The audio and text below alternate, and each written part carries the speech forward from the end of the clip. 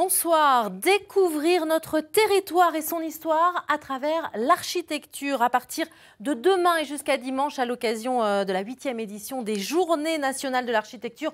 Vous allez pouvoir être accompagné dans votre découverte par des passionnés partout en Auvergne-Rhône-Alpes à partir donc demain, je vous le disais, et jusqu'à dimanche.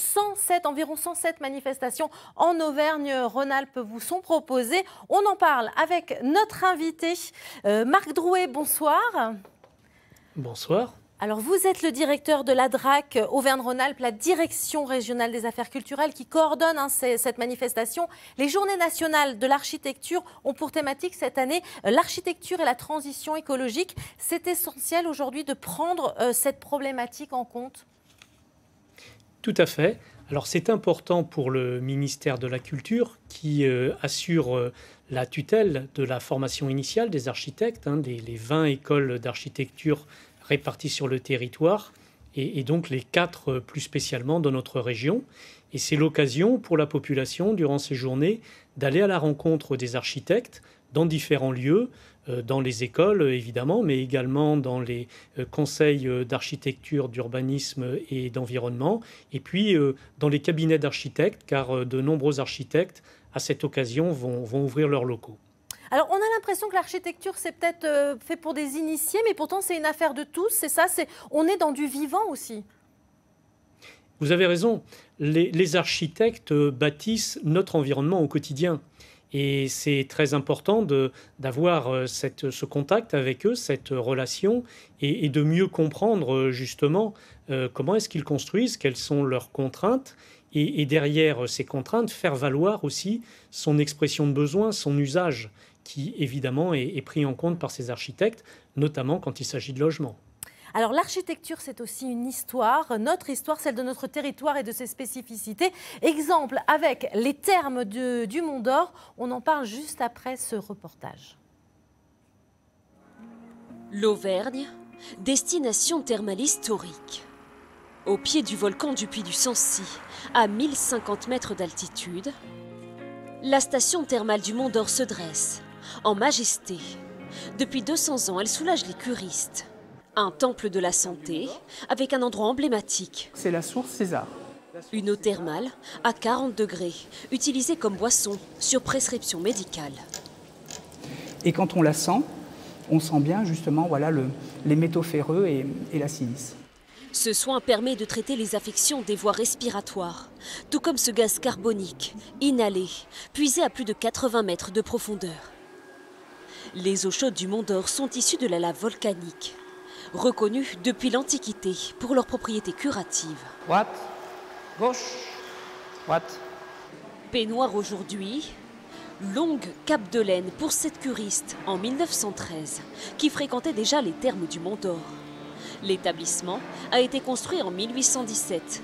Aujourd'hui, c'est un bâtiment classé monument historique. Pour la visite guidée, messieurs, dames, on va y aller. L'édifice a été bâti sur l'emplacement d'anciens thermes romains. Au moment de sa construction, des vestiges furent découverts, comme cette colonne reconstituée. Dans chaque salle, un voyage dans le temps. Vous pouvez voir que toutes les fenêtres sont relativement hautes. C'était justement pour conserver l'intimité des curistes. Les thermes du Mont d'Or, un bijou d'architecture et d'histoire. L'Auvergne accueille chaque année 60 000 curistes venus profiter de ces stations thermales d'exception. Alors Marc Drouet, ces journées de l'architecture vont permettre de découvrir entre autres le renouvellement urbain avec le projet de requalification du parc thermal du Mont d'Or, c'est ça ? Oui, alors c'est un très bon exemple puisque là, ce seront des manifestations plus particulièrement destinées aux jeunes, aux scolaires, pour les emmener dans ces lieux, les aider à comprendre ce qu'il y a derrière ces immeubles. Quand on les voit, effectivement, comme on l'a vu sur vos images, ils sont magnifiques. Mais ce qu'il faut comprendre, c'est que derrière, il y avait des architectes pour penser, pour concevoir, et puis il y avait tout un ensemble de métiers pour les aider à bâtir. Ces immeubles, eh bien, ils doivent s'inscrire dans la durée, et c'est tout l'ambition du renouvellement urbain, non pas de démolir pour rebâtir du nouveau par-dessus, mais pour imaginer les différentes possibilités pour faire vivre ce patrimoine, éventuellement d'ailleurs lui faire changer de destination, mais tenir compte de la manière dont il a été construit, dont il a organisé l'espace pour continuer à le faire vivre. Alors, plusieurs manifestations également à Firminy autour du sport et de l'architecture Le Corbusier. Alors forcément, l'architecture Le Corbusier, on vient déjà du monde entier pour le voir. Complètement. Alors là, comme vous l'avez dit, on retrouve ce quotidien que l'on a avec l'architecture, puisqu'on est aussi dans cette actualité du sport, dans cette actualité de Coupe du Monde, bientôt de Jeux Olympiques.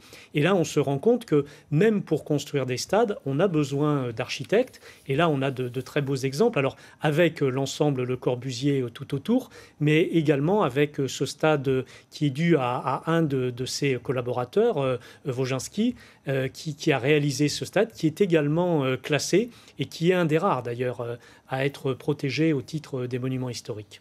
Alors dans le Puy-de-Dôme, vous proposez aussi une visite du site de l'ancien hôpital Sabourin qui a été repensé pour accueillir en 2015 l'ENSA, l'École nationale supérieure d'architecture de Clermont-Ferrand. Vous allez accompagner les visiteurs. Comment ça va se passer justement? Qu'est-ce que vous faites découvrir?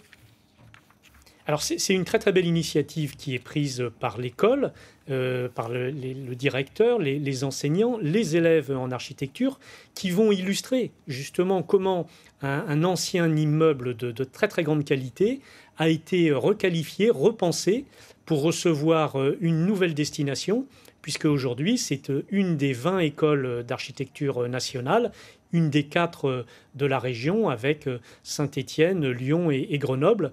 Et donc, pour illustrer la manière dont les architectes sont parvenus à repenser le lieu et à utiliser toutes ces capacités pour le mettre maintenant au service de l'enseignement de l'architecture. Ces journées nationales de l'architecture, on le disait, sont sur le thème de la transition écologique. Dans le Cantal, par exemple, on va pouvoir échanger avec des jeunes architectes qui prennent en compte justement aujourd'hui cette transition écologique.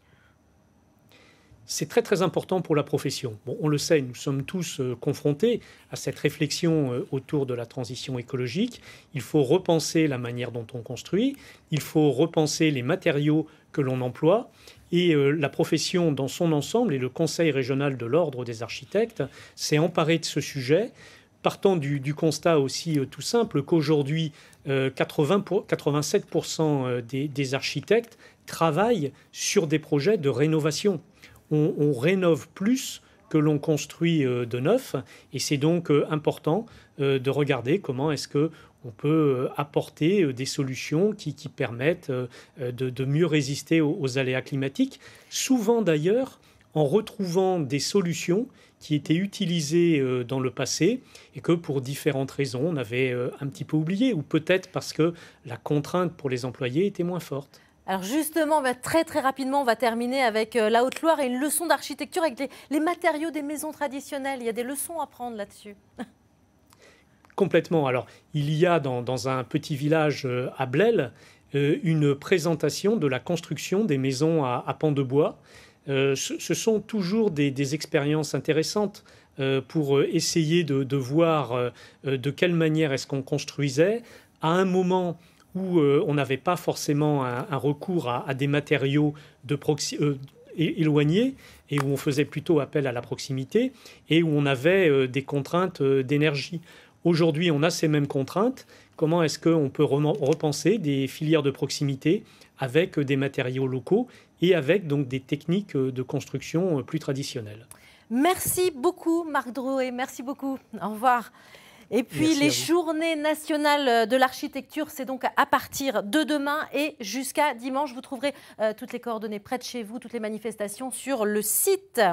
Vous trouverez également donc le programme complet. Et puis n'hésitez pas à échanger sur notre page Facebook, l'info en plus dans ici 19-20 pour partager vos expériences et des lieux près de chez vous.